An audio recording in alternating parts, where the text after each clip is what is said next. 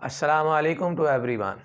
Students, inter part 2 unit 3 integration में आज हम सीखेंगे स्टैंडर्ड इंटीग्रल्स।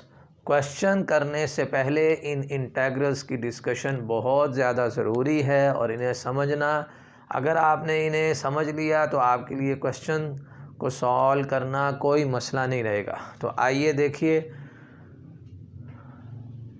नंबर 1 फार्मूला है डिफरेंशिएशन में x raise to power n plus 1। इसकी हम डिफरेंशिएशन करते थे, पावर पहले और पावर में से एक कम कर देते थे डिफरेंशिएशन में।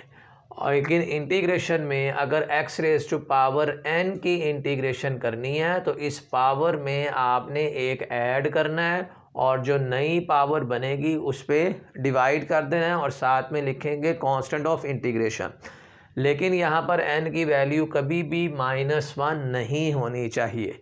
-1 के अलावा जो भी यहाँ पर पावर आएगी उसके ऊपर ये फार्मूला हम लगा सकते हैं। देखिए, x raise to power n plus 1 का डेरिवेटिव था n plus 1 into x raise to power n। अब ये सारा चैप्टर चूँकि एंटी डेरिवेटिव्स का है तो वो फार्मूले हमने रिवर्स करने हैं। जितने डिफरेंशिएशन के फार्मूले थे उन तमाम फार्मूलों को हमने रिवर्स करना। x रेज़ टू पावर अगर n की मैं इंटीग्रेशन करना चाह रहा हूँ, ये n प्लस 1 इधर आके नीचे डिवाइड हो जाएगा तो x raise to power n इसकी इंटीग्रेशन होगी x raise to power n plus 1 divided by n plus 1 और सम कांस्टेंट ऑफ इंटीग्रेशन। आपसे अगर ये कहा जाए जी x रेज़ टू पावर 10 इसकी इंटीग्रेशन बताइए तो इसकी पावर में आपने एक ऐड करना है x raise to power 11 divided by 11 और सम कांस्टेंट ऑफ इंटीग्रेशन। आपसे क्वेश्चन किया जाए x रेज़ टू पावर 99 की integration, x raise to power 99 की, तो x raise to power 100 power में एक ऐड करेंगे और जो यहाँ नई पावर बनी है उस पर डिवाइड कर देना है। क्वेश्चन किया जाए भाई x रेज़ टू पावर -5 की integration, x raise to power -5 की इंटीग्रेशन होगी x raise to power -4 divided by -4। Power में एक ऐड करेंगे, -5 में आप एक ऐड करेंगे तो -4 और जो नई पावर बनी है उस पर डिवाइड कर देना। तो इस तरह हम तमाम क्वेश्चन सॉल्व करेंगे x raise to power n वाले। अगर हमारे पास आ जाए x रेज़ टू पावर 1/2 इसकी इंटीग्रेशन करने के लिए कहता है तो इसकी इंटीग्रेशन हम क्या लिखेंगे, x रेज़ टू पावर 3/2 और डिवाइडेड बाय 3/2, यानी इसमें पावर में एक ऐड किया और नई बनने वाली पावर पे डिवाइड कर दिया। और इसी फॉर्म को थोड़ा सा जनरलाइज किया है। अगर यहाँ पर x raise to power n की जगह पे आ जाए ax plus b raise to power n, ax plus b raise to power n, तब भी आपने इसमें पावर में एक ऐड करना है, नई बनने वाली पावर पे डिवाइड, लेकिन साथ में कोफिशिएंट ऑफ x पे हम डिवाइड करेंगे। अगर पूछा जाए भाई 2x plus 8 raise to power 9 इसकी इंटीग्रेशन बताइए क्या होगी, 2x plus 8 raise to power 9, तो इसकी इंटीग्रेशन हम लिखेंगे 2x plus 8 raise to power 10 divided by 10 और साथ हम कोफिशिएंट ऑफ x पे डिवाइड करेंगे। कोफिशिएंट ऑफ x इस वक्त 2 आ रहा है तो इस सारे का जो इंटीग्रेशन का आंसर आ जाएगा 2x plus 8 raise to power 10 divided by 20। उसी फार्मूले को हमने जर्नल फॉर्म के अंदर लिखा है जी। नेक्स्ट देखिए, सेकंड फार्मूला है log ऑफ x का डेरिवेटिव होता था 1/x, log ऑफ x का डेरिवेटिव था 1/x, तो 1/x की इंटीग्रेशन हो जाएगी log of absolute of x plus c।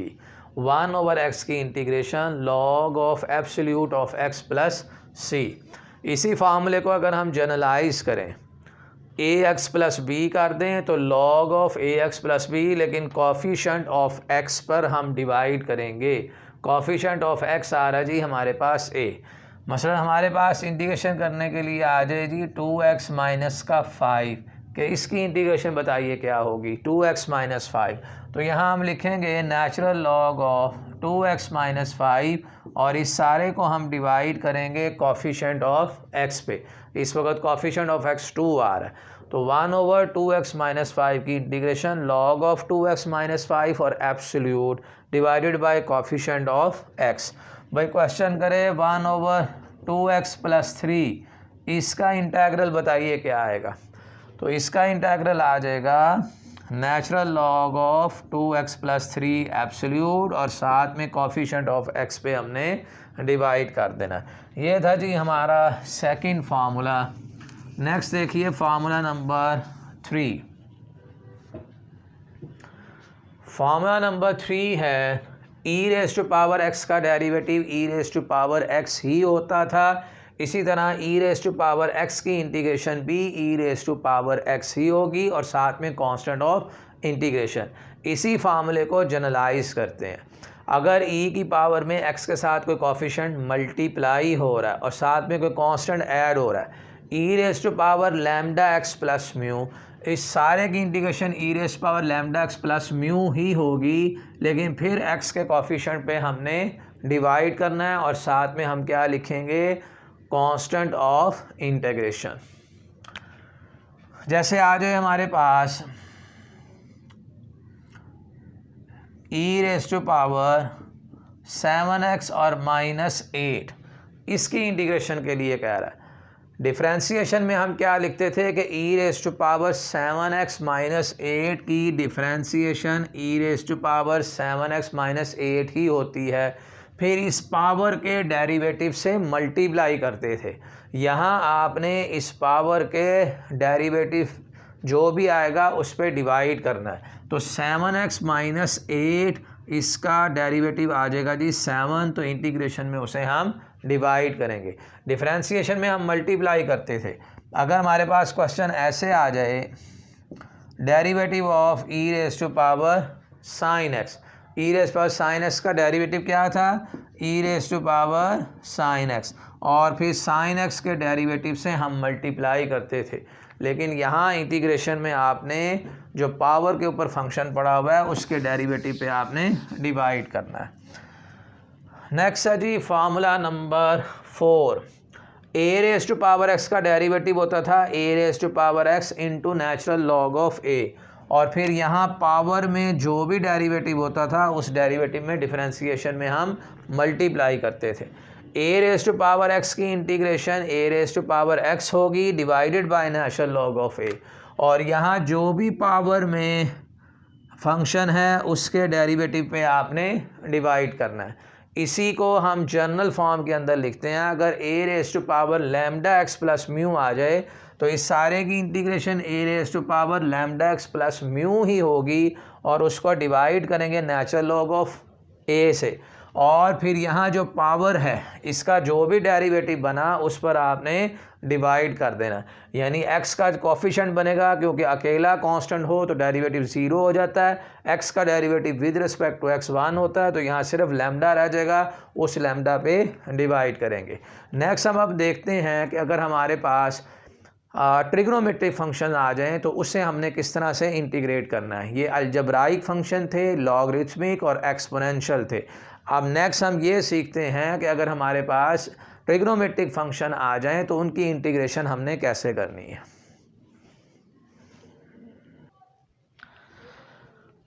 Student next हैं standard integrals of trigonometric function. Sign x का डेरिवेटिव था कॉस एक्स, साइन एक्स का डेरिवेटिव था कॉस एक्स, तो कॉस एक्स का जो इंटीग्रल होगा, जो एंटी डेरिवेटिव आ जाएगा वो साइन एक्स आ जाएगा। साइन एक्स का derivative cos x, cos x का एंटी डेरिवेटिव या इंटीग्रल किस चीज़ के बराबर, साइन एक्स के। अगर हम इसे जनरलाइज करें, एक्स की जगह अगर हमारे पास एंगल आ जाए ए एक्स प्लस बी, तो आपने एक्स के कोफिशिएंट पर डिवाइड करना है।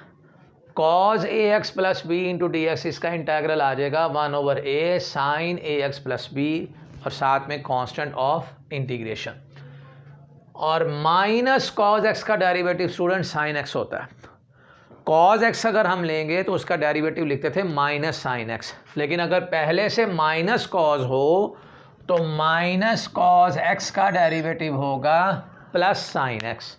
तो साइन एक्स का जो एंटी डेरिवेटिव बन जाएगा वो माइनस कॉज एक्स। और इसी फार्मूले को अगर मैं जनरलाइज करूं, sine a x plus b into d x, तो साइन एक्स का इंटीग्रल क्या है, minus cos a x plus b, और इसको डिवाइड करेंगे एक्स के कॉफिशेंट पे, कॉफिशेंट ऑफ एक्स पे, या आप इस एंगल का डेरिवेटिव ले लें। ए एक्स प्लस बी का डेरिवेटिव क्या आ जाएगा, ए, उस डेरिवेटिव पर आपने डिवाइड करना है, या एक्स के कॉफिशेंट पर आपने डिवाइड करना है। नंबर 3, tan x का डेरिवेटिव था secant square x, tangent x का डेरिवेटिव होता है सीकेंड स्क्वायर x। तो सीकेंड स्क्वायर x का जो एंटी डेरिवेटिव है या जो इंटीग्रल है वो किस चीज़ के बराबर हो जाएगा, टेंजेंट x के। इसी फार्मूले को अगर हम जनरलाइज करें तो secant square a x plus b, यह आ जाएगा जी 1/a tangent a x plus b. Secant square का anti derivative tangent a x plus b, और x के कॉफिशेंट पे हम डिवाइड करेंगे। नेक्स्ट है जी कॉट माइनस कॉट एक्स का derivative plus cosecant square x होगा, क्योंकि कॉट एक्स का डेरिवेटिव होता था माइनस कोसिकेंड स्क्वायर एक्स, लेकिन अगर माइनस कॉट एक्स लिखेंगे तो उसका derivative plus cosecant square x. तो कोसिकेंड स्क्वायर एक्स का जो एंटी डेरिवेटिव आ जाएगा वो माइनस कॉट एक्स आ जाएगा। और इसी को अगर हम जनरलाइज करें, cosecant square a x plus b minus का cot a x plus b, और डिवाइड करेंगे कॉफिशेंट ऑफ एक्स पे। सीकेंड एक्स का डेरिवेटिव था secant x into tangent x, तो secant x into tangent x का जो एंटी डेरिवेटिव बनेगा, जो इंटीग्रल बनेगा, वो सीकेंड एक्स और साथ में constant of integration. Secant into tangent, secant a x plus b tangent a x plus b, secant into tangent का इंटीग्रल क्या हो जाएगा, secant a x plus b, और कॉफिशेंट ऑफ एक्स पे हमने डिवाइड कर लिया।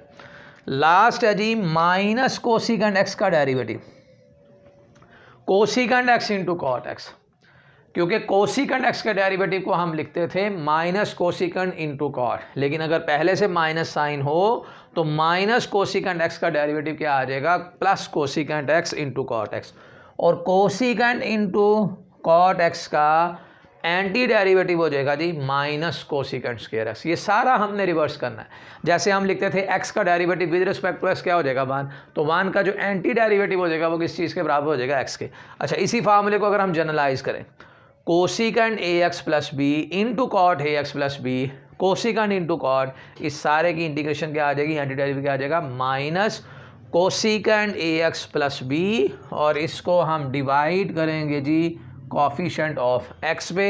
एक्स का कॉफिशेंट है ए, तो उसको ए पे डिवाइड किया, और साथ में कांस्टेंट ऑफ इंटीग्रेशन। अब हम देखते हैं ये हैं कि अगर हमारे पास इन्वर्स ट्रिग्नोमेट्रिक फंक्शंस आ जाएं, उनके डेरिवेटिव्स क्या बनेंगे।